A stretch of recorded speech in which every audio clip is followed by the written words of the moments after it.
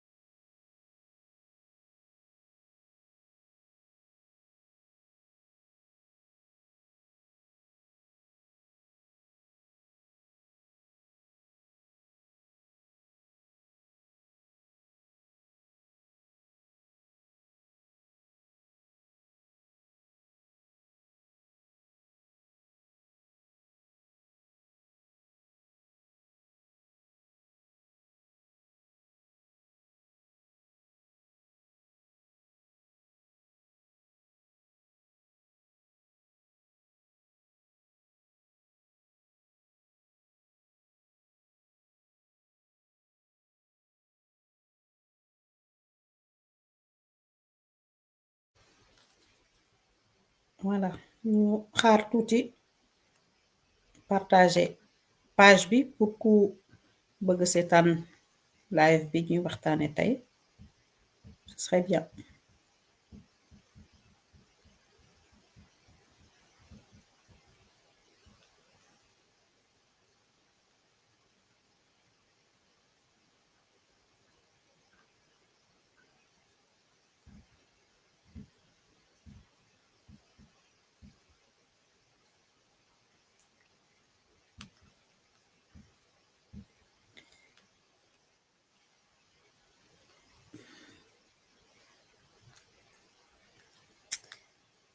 Ok.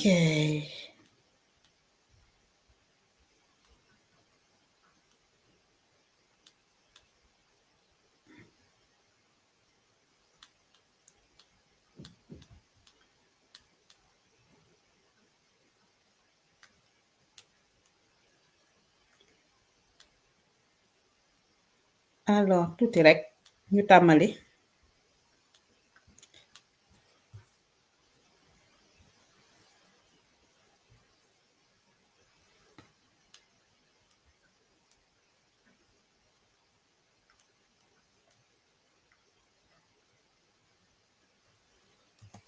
Ok.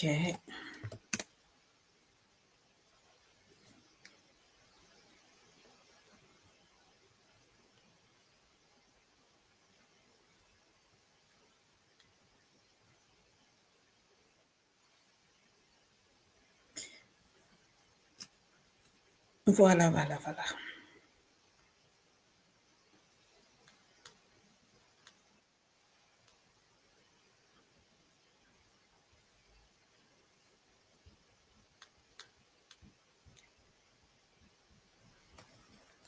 nuyu naa leen yéen ñëpp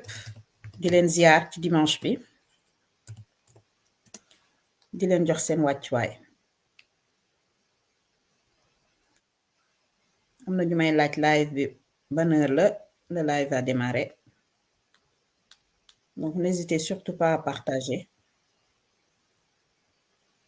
pour ñu mën a yaatal waxtaan bi.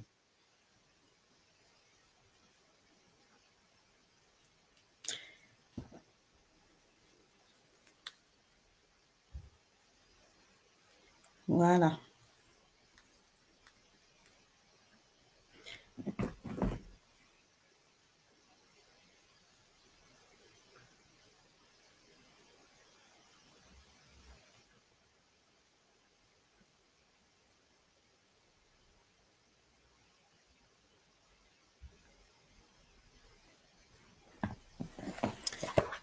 alors kon nag mën nañu tàmbali waxtaan bi maa ngi leen di nuyu yéen ñëpp di leen ziar di leen wax ne namoon naa leen di nuyu képp koo xamante ne bàyyi nga tamit sa yitte ñëw toog participer tuuti ci émission bi maa ngi gis ci chat bi Charles Sore Faye ñoom Lamine Soumaré Ibrahima Ba maa ngi lay nuyu bu baax ah Pape Bakary Goudiaby Lamine Soumaré Abibatou ñu ngi lay nuyu Fatimata Sall Biche la grande patriote je te fais un gros coucou Chérif Diène Bakary Balde maa ngi leen di nuyu bu baax ndax gëj nañu vraiment daje ci waxtaan ci réseaux sociaux Sista Mariama Dieng maa ngi leen nuyu bu baax Cheikh Ibrahima Ndiaye n'hésitez pas à partager Kati Mbengue ñëpp maa ngi leen di nuyu di leen ziar di leen jox seen wàccuwaay vraiment di leen remercier ci seen teewaay tey ci dimanche bi je sais que ce n'est pas évident mais vous êtes toujours au rendez-vous yaayu Cheikh Samba maa ngi leen nuyu bu baax Elena maa ngi leen nuyu sama jarbaat boobu kontaan vraiment ci seen teewaay tey nag dama ñëwoon ngir waxtaan ak yéen parce que umpule wu leen situation politique bi nga xamante ne moom la ñuy dund fan yi ci suñu réew di commencer rek par jaale suñu mbokk patriote ancien détenu bi nga xam ne dafi wàññeeku di ko ñaanal yàlla mu xaare ko aljana firdawsi jégal ko ay bàkkaaram di leen wax ne situation politique bi ñu fi dab dafa metti ci bu baax parce que ñun ñëpp am lu ñu metti ñun ñëpp am loo xamante ne suñu xol dafa tooy di massawu di leen massawu yéen ñëpp parce que j'ai eu énormément d'appels nit ñu bari woo nañ ma ñi ngi jooy am na ci ñoo xamante ne sax tëdd nañu hôpital yóbbu nañ leen ndaxte seeni tension dafa yéeg ci situation bi nga xam ne moom la ñu nekk nii di dund di leen massawu ndax ku ci nekk naka ngay réagir bu fekkee ne danga jànkonteel ak ay problème te situation bi ñuy dund nii ñu bari daf leen a bett parce que xalaatuñ ko woon ne bés dina ñëw le duo Bassirou Diomaye Diakhar Faye Ousmane Sonko mu am luñ ciy laam-laame ñu bari xalaatuñ ko woon mais il faut appeler le chat par le chat parce que problème am na il faut le reconnaître hein parce que ñun ñëpp ay magum jëmm lañu ay kilifa lañu te am na yenn yoo xam ne boo ko gisee nga dégg ko waruloo ci am benn doute waruloo ci am benn xel ñaar mage maa ngi lay nuyu bu baax ma jigéen maa ngi lay ziyaare di leen wax ne il faut qu'on reconnaisse qu'il y a un problème te ñi ma woo di jooy bari na te nag kuy jooy mënul nax kuy jooy man ci sama bopp ci sama jëmmu bopp la situation m'a beaucoup affecté moo taxoon ma nekkoon en silence parce que man bu problème amee je prends du recul et j'examine mais problème am na il faut le reconnaître que les gens actuellement se sentent trahis par cette situation actuelle léegi li ñu war a def mooy man balaa maa tàmbali sax di xuus ci li ma titré les vérités les 4 vérités de Sayandé c'est une façon de parler mais tey dama bëggoon ñëw waxtaan ak yéen ci li nga xam ne man mooy sama xalaat ak mooy sama taxawaay pour ngeen mën ko déglu pour ñaaxaale aussi patriote yi nga xamante ne ñu ngi seetaan problème nag day am ci famille boo mënta gis te problème bu amee nit ku nekk war nga ko mën a delloosi indi ko ci sa à ta propre hauteur sa biir kër day am problème jëkkër ak jabar di am problème njaboot di am problème mais il faut savoir une chose problème bu amee dañ koy jéem a résoudre au moins nga waslu ci àq te gëm naa ne am na ñoo xam ne ñu ngi def démarche di waslu àq mais man appel bi may def moo di ne le président Bassirou Diomaye Faye dafa war a dellu si à la raison duma fi nekk nag di fàttaliku fépp fu ñu jaar ñëpp ndax ku ne xam nga ko ku ne yow ci sa propre personne rek xam nga fi ngay jaar xam nga ni nga def ba yegg si fii ci projet bi mais il faut nit ñi delloo ci seen xel que ne projet bii dañ ci teg suñu bakken de dañ ci teg suñu bakken bu baax a baax a baax a baax te duñu seetaan kenn di ñu ko yàqal kenn duñu yàqal le projet Pastef li tax kenn duñu yàqal le projet Pastef moo di ne dafa am ay nit yoo xamante ne dañ ci ñàkk seen bakken am nit yoo xamante ne dañ ci ñàkk seeni cër am nit yoo xamante ne seeni sëy tas na si am nit yoo xamante ne dañ ci dugg kaso te loolu duñ ko bàyyi mukk mu naxasaay bu ñu nee projet nag bu ñu nee projet dafa am lead dafa am njiit dafa am ku ko jiital muy le président Ousmane Sonko le seul lead du projet Pastef c'est lui balaa ñuy xuus ci waxtaan bi dama leen di nettali tuuti benn anecdote lan moo waral man sama engagement au sein de Pastef dama doon toog may dégg sama boroom kër muy déglu le président Ousmane Sonko boobu man xaw ma kuy Ousmane Sonko ma koy dégg mu koy déglu ba benn jour rek ma jóg toog ma ne ko yow kii ngay déglu nii kan la mu ne ma kii c'est un jeune sénégalais boo xamante ne ku dëggu la ma ne ko danga ko xam mu ne ma xaw ma ko mais xam naa ne impôt et domaine la doon liggéeyee mais muy dox ci dëgg di wax ci dëgg moo tax ñu raje ko ma ne ko mais chérie est-ce que xam nga ne kii buy wax dafay mel ni man maay wax parce que man li ma gëm moom lay waaji di wax li ma yàgg xeex moom lay waaji di wax mu ne ma kii dafa am benn parti politique bu ñu woowee Pastef les patriotes ma nekk nag sympathisant lu yàgg parce que man Sayanda Niane Kane bala maa dugg ci dara dama koy séntu ba pare parce que ma duma nit koo xam ne damay dugg rek génnaat déedéet ku ma xam na ne man dama am engagement bu fort bu may dugg ci dara dama koy séntu ba pare ci bu ma duggee damay jàpp ba mu dëgër ba ma gis loo xamante ne nag moo ma doy wala loo gis ma gis li xam ne doyatuma ma door ci rocceeku noonu laa duggee ci projet Pastef di leen xamal ne du ma Sàmba moo ma dugal ci Pastef du ma Demba moo ma dugal ci Pastef du keneen ak keneen c'est le président Ousmane Sonko moom rek laay topp moo ma dugal ci biir Pastef dugal ma ci biir Pastef boobu nag moo waral ma engagé wu nag xuus ci ba fees ci dell ci biir Pastef bi ba mu jaral ma ay sacrifice ba mu jaral ma tëdd ci garde à vue pour protéger le projet Pastef pour le vulgariser moo waral plateforme bii ma toog nii di wax di ci wax di jaay projet bi di vulgariser projet bi di wax ak récalcitrant yi nga xamante ne gëmuñu woon projet bi parce que mën naa wax de sama petite personne bi ma doon am na ñu bari ñu ma embarqué ci projet bi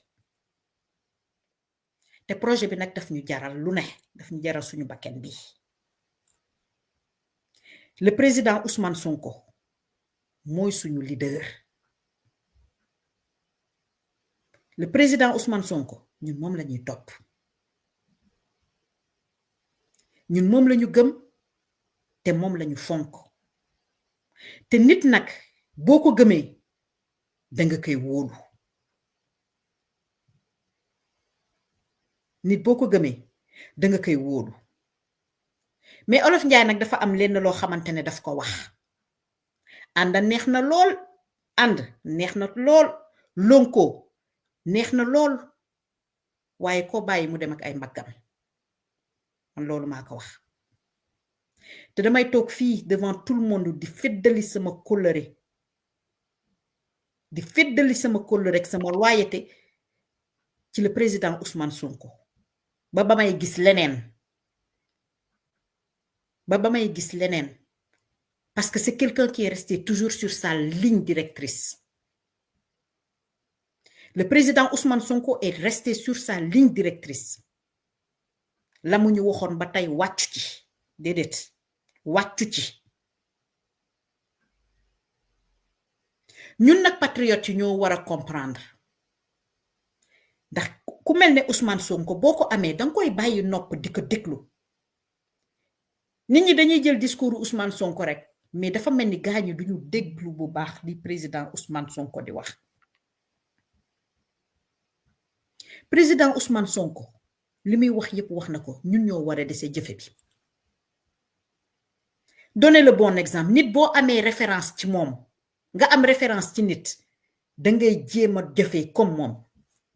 président Ousmane Sonko toog na wax nañu fii ne politique vision la il a le sens de l'anticipation président Ousmane Sonko bu waxee communication la bu waxul communication la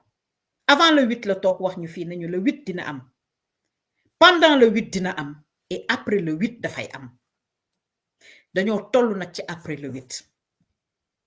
dama bëgg man patriote yi bu may wax ak ñoom tamit ñu may jox nopp bu baax bi ñun ñoo woote révolution ñun ñoo woote résistance mbaa yéen mës ngeen gis révolution boo xam ne c'est une révolution linéaire mës ngeen gis révolution bu linéaire révolution boo xam ne dangay tàllal di dox rek muy neex mais loolu amul fenn ñun ñoo woote ne dañuy combattre le système te système bi 2 exemples laa ciy joxe lan mooy système bi dafa mel ni iceberg li ci kaw moom ngay gis mais li ci suuf gisoo ko ñun li ci kaw la ñu njëkk daggagum mooy président Macky Sall ñu jël ko sànni ko fële ci suuf ci kaw sànni ko mu dem mais li ci suuf mi ngi fi le système on a un arbre emblématique qui est le baobab. Pourquoi? Parce que c'est quelque chose qui est résistant. Le baobab peut vivre des années et des années sans mouder. Le système, c'est un baobab avec des branches, des feuilles, des fruits, benn tronc et des racines qui sont tellement ancrées. Mbaa yéen xam ngeen ne baobab boobu branche rek la ñu dagg dese nañu de bu ñu fonne ne ñun dañoo gagné élection présidentielle rek ñu fonne ne ñun pare nañu système bi léegi c'est ok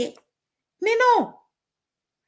quand on parle de révolution il y a toujours une contre-révolution en face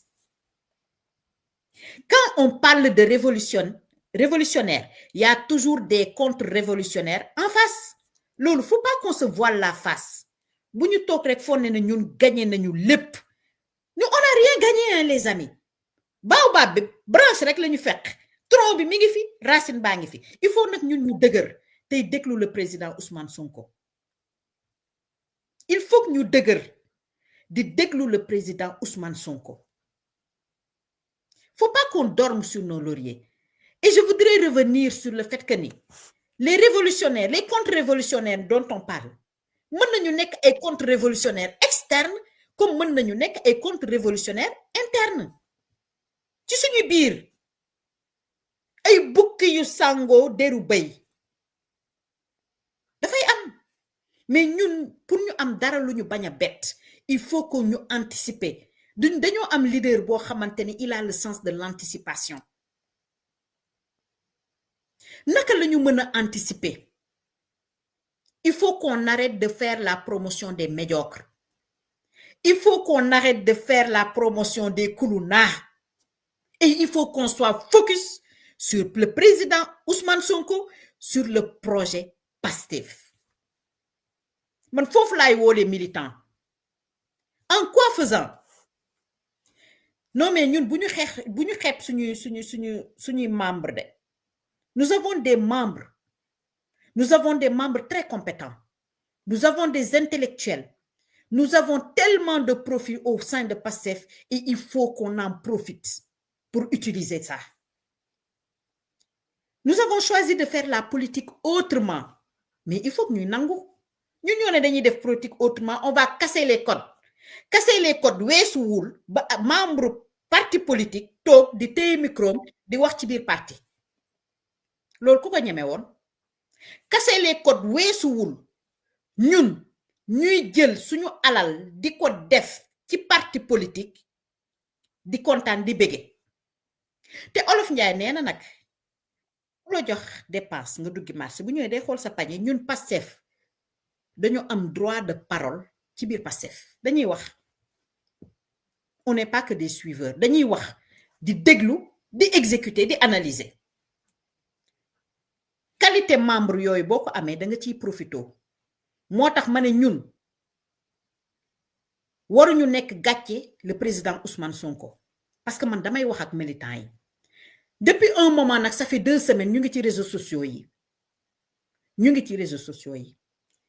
di taf di wax mais ça nous avance en quoi lépp lu ñuy wax ñëpp ñun ñëpp xam nañ ko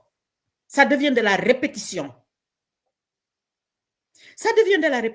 soyons factuels et remobilisons-nous naka la ñuy mën a remobiliser la première chose pour qu'on puisse se remobiliser mooy la réorganisation du parti foofu laa bëgg a ñëw gis nga nag da wax bu jotee dañ koy wax la réorganisation du parti sama wax tey du neex de samay dëgg laay wax sama dëgg tey moom laay wax tey sama wax du neex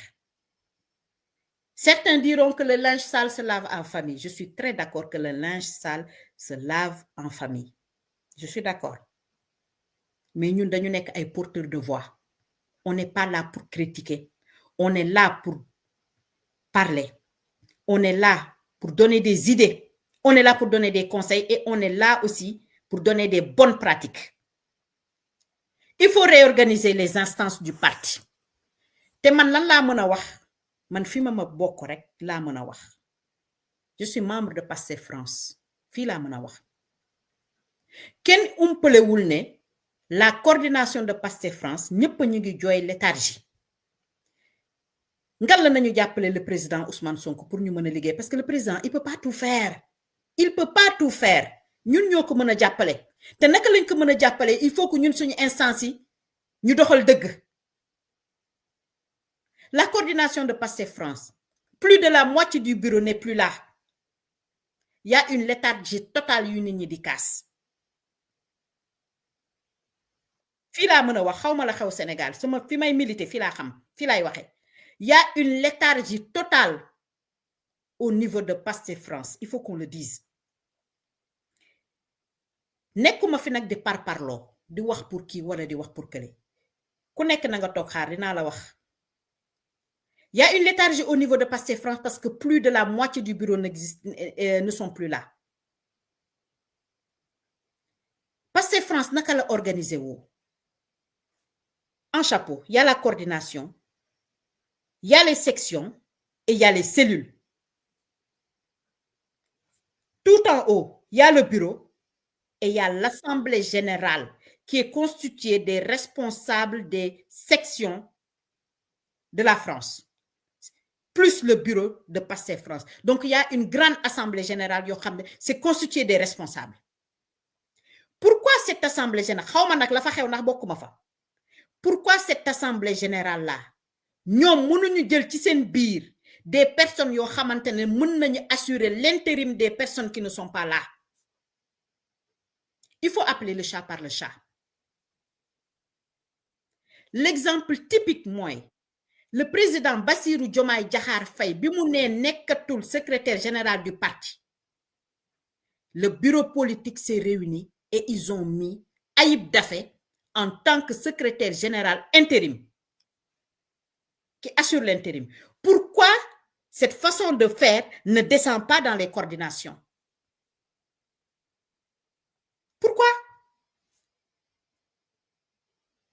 Pourquoi cette façon de faire-là ne descend pas dans les au niveau des coordinations? On ne demande pas de faire des élections pour dàq ma sàmm pour dàq ma dem. Même société boo ciy liggéey, si les personnes ne sont pas disponibles, il y a des personnes qui sont là pour assurer l'intérim. Quand même, on est des intellectuels. Quand même, on est des membres yoo xamante ne dañuy am ay xalaat. Man loolu assemblée générale bi laa koy laaj fan lañ ci tollu dàquñu ma sàmm dàquñu ma dem mais il faut des points d'entrée yoo xamante ne dañu war a am ñu assurer intérim bi au niveau des coordinations fii laa mën a waxee ndax France laa nekk bu ma paree nag ci assemblée générale beeg ci coordination damay ñëw ci coordonnateur des sections yi ci boppam yéen tam damay wax ak yéen léthargie boobu duñ ko imputer kese les gens qui sont en haut non pas du tout parce que quand bu ñu créer hiérarchie ci coordination ne coordination bi ci kaw ne section yi ne cellules yi liggéey bi ci ça doit se faire au niveau de la base bu doon loolu rek la kon képp kuy membre dañ lay jël rattaché le directement au niveau de la coordination kon du ñu def structuration bi donc les coordonnateurs am ngeen tamit un rôle à jouer sur cette léthargie pourquoi attendre toujours d'en haut mooy li may wax pourquoi attendre toujours Ousmane Sonko pourquoi attendre toujours au niveau de la coordination yéen aussi jël leen seeni responsabilité ngeen di def seeni activité au niveau de vos sections au niveau de vos coordinations waxuma ne du ñëpp koy def de mais léthargie bi buñ koy imputer dañ koy imputer des deux côtés au niveau de la coordination tout en haut et au niveau des sections dañ koy imputer tamit comme si amuñu dara lu ñu war a def au contraire on a des choses à faire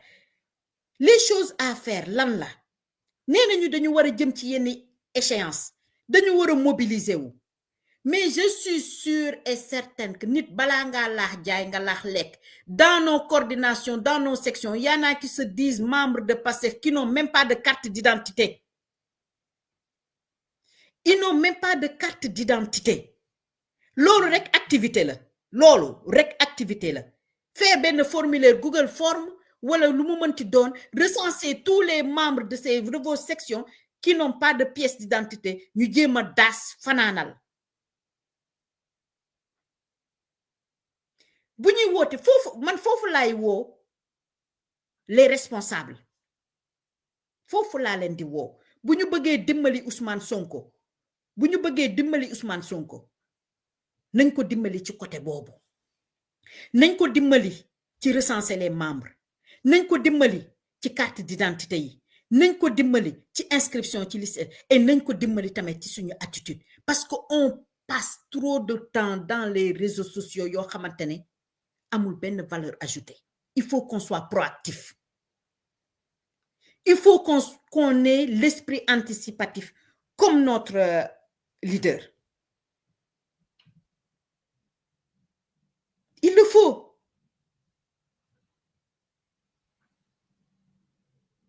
les mouvements que ce soit les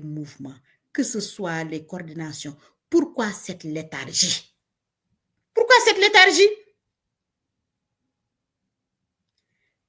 bu ma ñëwee ci mouvement des cadres de PASTEF il y a combien de commissions énormément de commissions li wokk fii moo xuri fale it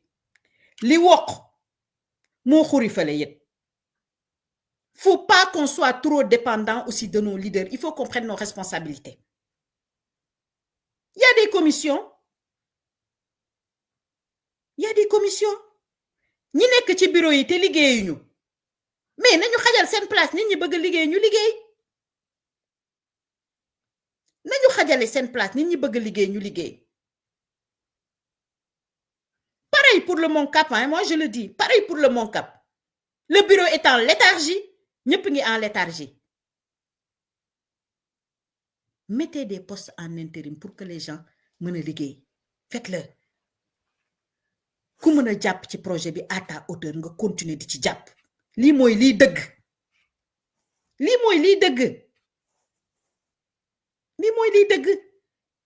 ngir yàlla nañu dimbali le président Ousmane Sonko il peut pas être au four et au moulin ku mënul liggéey nga pousse sa moroom liggéey loolu la ñu wax man loolu laa wax beneen point bu ma bëggoon aborder toujours dans le cadre du parti pour jàppale le président Ousmane Sonko c'est très important qu'on puisse former ses membres et ses leaders l'école du parti c'est quoi son rôle tey dina metti de tey sama xarit yu bari dinañ ma mere mais dëgg laay wax c'est mes vérités les vérités de Sayandé l'école du parti c'est quoi son rôle man li ma gis ci école du parti mooy tàggat say membre ba ñu xam lan mooy sa idéologie lan mooy sa ngëm-ngëm lan mooy sa directive maa ngi gis ci réseau yi xawma ndax dëgg la ñu ne dañu ubbi waat pour que les gens puissent adhérer et faire partie de Pastef mais Pastef dafa fees ay xale yu xarañ yoo xamante ne billaay wallaay taalaay liggéey rek la ñu bëgg. Je prends l'exemple de JPS. Je prends l'exemple des commissions du MONCAP. Liggéey rek la ñu bëgg. Pourquoi ne pas structurer la vente des cartes de membres? Ñu ngi wax ci ère de la digitalisation. On est dans l'ère de la digitalisation. Waxuma ne secrétariat national, secrétariat numérique bi nekk IT bi nekk ci biir Pastef bi liggéeyul mais il y a tellement de jeunes compétents yoo xam ne bu ñu ne comme bu ñu soxlaa xaalis dañuy woote on a besoin de 100 millions on a besoin de on fait lever de fonds mais nañu wax ne on a besoin de personnes compétentes pour vraiment digitaliser le parti c'est-à-dire képp koo xam ne foo mënti toll mën nga jënd sa carte ñu mën la identifier par rapport à ton pays codifier le par rapport à ton pays ñu mën a am une base de données bu féroce boo xam ne des membres du parti waxuma ne amul de waxuma ne amul de mais war nañ ko gën a mën a defaraat ba nga xam ne faciliter ko nit ñi on est à l'ère de la digitalisation mais vraiment nit war na mën a dugg ci biir site internetu parti bi mu xam kan mooy kan la constitution du bureau du parti c'est telle personne telle personne telle personne kii mooy contact telle personne telle personne telle personne boo bëggee nuñ koy waxee sa carte ñu defaral la ko léegi ñu générer la léegi sa carte numérique nga jël def sa poche ñu ne la paiement bi lii la nga fay par Wave wala par Orange Money wala nga fay par carte bleue foofa toj mu jeex noonu la ñu mën a dimbalee le président Ousmane Sonko l'école du parti j'en reviens à l'école du parti nit war na buy dugg ci benn société sax wala muy dugg ci benn kii mu ne foofu noonu dafa bëgg a bokk ci biir parti bi bu générer ba pare ñu générer ko le livret d'accueil du parti livret bi dina am les statuts et les règlements du parti léegi bi dina am règlement intérieur u parti bi nga xam yow ci li ngay engagé wu lan la ak boo fi defee loo warut a def lan moo la ci nar a fekk on a dit la politique autrement et on a tellement de personnes compétentes pour pouvoir faire ça gratuitement mais ñun dañu nekk torop ci des choses yoo xam ne c'est des choses superficielles Ousmane Sonko ku koy dimbali noonu nga koy dimbalee yow ci sa jëmm bopp nga xam ne yow lan mooy sa valeur ajoutée ci biir parti bi noonu la ñu mën a dimbalee le président Ousmane Sonko parce que à lui tout seul il peut pas tout faire ñu wax ci reddition des comptes lan moo tax ñu doon xeex bu metti bi det bu metti bi yépp ñu am sénégalais yi ñu sonn instant yi koo wax ñu ne la dëkk bi dafa metti dafa metti dafa metti mais jàmbaar ji Ousmane Sonko moi je lui tire mon chapeau dëkk bi metti na mais mi ngi def tout pour fay ay salaire dëkk bi metti na mais ñu ngi def tout pour que dund bi bañ a cher mais ce gars-là bu tëddee guddi du nelaw donc li taxoon ñun ñuy xeex ba yegg si fii ngal la ngir yàlla buñ ko bàyyi ba mu naxasaay justice bi na def liggéeyam justice bi dafa war a def liggéeyam Maître Yacine Fall ministre de la justice même pas un mois tase naak moom ma téye ko loxom ne ko Maître Yacine Fall xeex bi ñoo ko àndandoo xeex moom xam na man xam naa xeex bi ñoo ko àndandoo xeex téye naa loxom nag ne ko Maître Yacine suñu yaakaar bi yépp teg nañ ko ci yow garabu mango bi ñor na dangay gësam mango yi wadd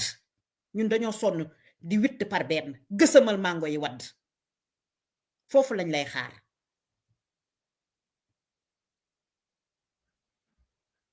parce que on ne peut pas se permettre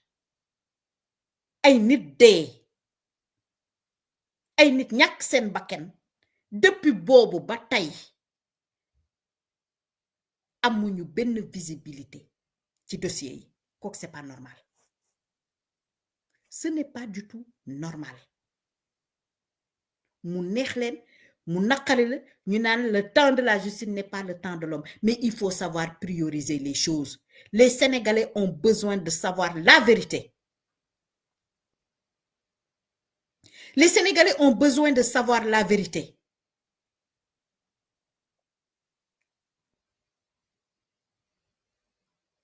te dafa am man loo xamante ne dama ko gëm dina ma tax ma ñëw ci beneen point mooy savoir gouverner avec les siens dafa am benn wax joo xamante ne tam dama koy dégg bokk na ci dëgg yi nga xamante ne bëggoon naa ko wax tey ku mu neex nag nu la neex nga interpréter ko dafa am benn mot boo xam ne dama koy dégg tout le temps ñu naan diw dafa bëgg poste diw dafa bëgg poste mais est-ce que yéen bëgg poste crime la ci dëkk bi un Sénégalais un militant boo xamante ne dafa xeex am ay compétence am bëgg a ñëw liggéeyal dëkkam bu nee dafa bëgg poste pourquoi nit ñi di ko ŋaññi lan moo tax nit ñi di ŋaññi naan diw dafa bëgg poste mais bëgg poste taxul nga am poste mais am nga droit wax na yow da nga bëgg ñëw participer ci sa développement réew da nga bëgg bokk da nga bëgg am poste parce que les gens surtout les personnes de la diaspora que je connais moo tax bu may wax man damay jël exemple yu ma xam ñëw Sénégal mën naa wax na sax du seen avantage pour jàpp ci liggéey bi la c'est la continuité du sens du patriotisme c'est la continuité du sens du patriotisme que les gens arrêtent de dire nit bu waxee rek ñu ne dafa bëgg poste mais lan mooy poste mais liggéey Sénégal dafa métti man liggéey naa Sénégal pare naa sama jàng dem ñibbi Sénégal liggéey parce que man le patriotisme ça a toujours été dans mon sang j'ai fini mes études de master en informatique ma ñibbi directement Sénégal te xam ne bu ma toogoon fii laay ëppee xaalis mais dama ne sama dëkk daf ma soxla c'était en 2003 boobu Pastef existé wul sax pourquoi les gens bu ñuy wax ne dañu bëgg a participer au développement de leur pays ñu leen di xasee dañu bëgg poste mais ils ont le droit de dire que ni dañu bëgg poste dañu bëgg liggéey mais c'est pas parce que dañ ko bëgg que dañ la koy jox il faut les compétences qu'il faut et ça me fait penser à une chose pourquoi les gens di wax poste parce que dafa amul fu ñu mën a fëgg fu officiel pour mën a déposer leur candidature pour mën a ñëw wax ne ñoom mën nañu apporter seen compétence ak seeni aptitude au Sénégal ça me fait penser aussi à une autre chose par rapport à la base de données des personnes boobu liggéey boo xam ne war nañ ko mën a def gis nga dañuy naan nit da ngay xam sa leader mais leader yi tamit dañu war a xam seeni membre waaw leader yi dañu war a xam seeni membre yow yàlla may nañu Pastef macha allah ay façon profil bu ne mi ngi fa pourquoi les gens duñu recenser l'ensemble des profils am une base de données des compétences li ñuy wax la matrice des compétences yu ne teg bu ñu soxlaa nit ñu xam ne tel profil xam nañu lii ak lii ak lii ak lii te moo fa nekk ñun force bi ñu am billaay walaay taalaay dañ ko xeeb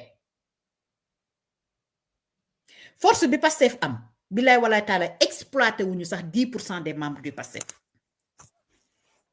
exploité wuñ ko mais loolu yëpp pour mu am c'est une organisation vraiment structurée boo xamante ne te ñun loolu Ousmane Sonko mënul ñëw duñu wax def leen lii def leen laa def leen la ñun ñoo mën a organiser wu et que les responsables jouent leur rôle ñu mën a organiser wu structuré wu liggéey billaay walaay taalaay liggéey boobu ku ko dénkoon les membres les cadres du PASTEF ñu defal la ko ñu defal la ko on est à l'ère du numérique fi ngay toog di liggéey ngir yàlla nañu jàppale Ousmane Sonko nañu jàppale le président Ousmane Sonko pour ñu mën a avancer te ñu génne suñu bopp nit bu waxee rek ñu ne dafa bëgg poste fii nii au niveau de la diaspora ku ci nekk yaa ngi yor sa teranga macha allah di liggéey mais y a des profils yoo xamante ne war nañ ko mën a exploiter war nañu mën a ñëw jàppale Sénégal mais arrêtons ce faux débat nit dafa bëgg poste moo tax mais lan mooy poste vraiment poste Europe bi moo dàq poste Sénégal de lu leer laa leen wax lu leer jàmm gi ne ci Europe gii ngay liggéey di wàcc di dem di ñëw kenn du la mystique kenn du la lijjanti ah sa collègue bu la bañee bañ na la nga xam nga ne bañ na la waaye du la yóbbu ci sëriñ du la yóbbu ci kenn donc il faut qu'on arrête il faut exploiter le potentiel que l'on a par rapport aux membres waaw man loolu laa wax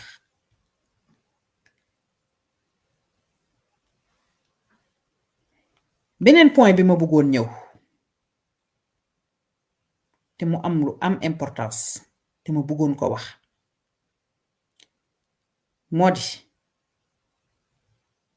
damay ñaax sénégalais ñuy déglu Ousmane Sonko dama ciy dellu de le président Ousmane Sonko ku mën a dellu ci ay discours am nga toog nga déglu ko nag ak nopp bu baax bi dafa am solo déglu ko ak nopp bu baax dafa am solo pour tënk li may wax moo di ne ci samay vérité frère Bassirou Diomaye Faye ku la waxul ne yaa ngi ci erreur da lay nax bu dee lii ñuy wax ni yow la da lay nax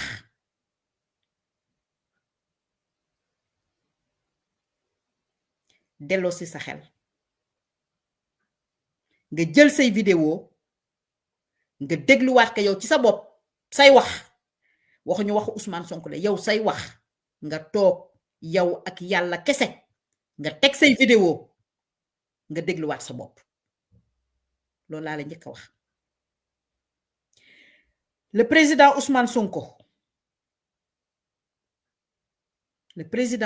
Sonko li ma lay wax mooy bàyyiwoo fenn tey bàyyiwoo ëllëg te sëquñoo ak yow bàyyi te xam naa ne xalaatoo bàyyi ndaxte doo may say noon succès xalaatoo ko sax xalaatoo ko te dis-toi bien que ni combat bi sëloo ci te doo ci mësa sël man mii Sayar na ñaan kan damay réitérer sama loyauté ndax bi may wax ci sama njëlbeenu wax ne leen li ma dugal ci Pastef du benn nit laa déglu mu dugal ma ci Pastef du benn membre Pastef laa déglu mu dugal ma ci Pastef yow laa déglu say wax doy ma mu coïncider ak samay principe samay conviction mais ànd ak yow ci combat bi muy ñaar ñett remobilisation et focus le président Ousmane Sonko dafa soxla ay militants de hauteur ay militants de qualité ay militants yu focus ay militants yu nekkul ci détail moo tax may woo sama mbokk militants yi ak sympathisants yi arrêtons de faire la promotion des médiocres et concentrons-nous sur le projet Pastef concentrons-nous sur le président Ousmane Sonko écoutons le président Ousmane Sonko te nañ ko jàppale ci liggéey bi ñu focus. Quatrièmement, les coordinations arrêtez de dire que ni dañu nekk en léthargie prenez vos responsabilités les responsables de coordination ñi nga xam ne dañ leen jiiñ tabbaleen jël leen seeni responsabilité pour parti bi mën a dox te ñu bañ a toog fii di xaar Ousmane Sonko pour mu ñëw doxal suñu parti pour mu ñëw doxal parti bi mi ngi noonu nañ jël suñu responsabilité dëgg yooyu laa amoon tey pour wax leen ne tey laa gën a dëggu tey laa gën a ànd ak Ousmane Sonko kon nag yéen ñëpp maa ngi leen di ñaan tous derrière le président Ousmane Sonko. Obstacle yi des na de bu leen fàtte révolution la ñu nekk jël leen exemple bi ma leen wax rek baobab branche racine branche rek la ñu daggagum des na tronc bi des na racine bi kon nag il faut que ñu armé wu de courage il faut que ñu armé wu de force et qu'on soit vraiment concentré sur le travail loolu daal laa amoon lu ma leen di wax tey di leen ñaax ñu gën a takkaat laxasaay yi gën a takkaat laxasaay yi loolu laay de waxu yaay Fall laa leen di wax di ñu gën a takk laxasaay yi ñu avancé révolution égale obstacle révolution égale contre-révolution donc obstacle bu ñëw ñu bale tracé avancé nee naa leen nag ànd neex na lonkoo neex na waaye koo bàyyi mu wéy ak ay mbaggam di leen jaajëfal di leen jox nag vraiment rendez-vous prochainement di leen wax rek nañu focus ci waaju baax ji jërë ngeen jëf déet duñu bàyyi ngay weetoo réew mi soxla na la Ousmane Sonko sa gént gee ñu gënal seen dëgg gi ndax moo ko gën a yanu maana déet duñu bàyyi ngay weetoo réew mi soxla na la Ousmane Sonko sa gént gee ñu gënal seen dëgg gi ndax moo ko gën a yanu maana en avant rek déet duñu bàyyi ngay weetoo réew mi soxla na la Ousmane Sonko sa gént gee ñu gënal seen dëgg gi ndax moo ko gën a yanu maana en avant rek. asalaamaaleykum mbokk yi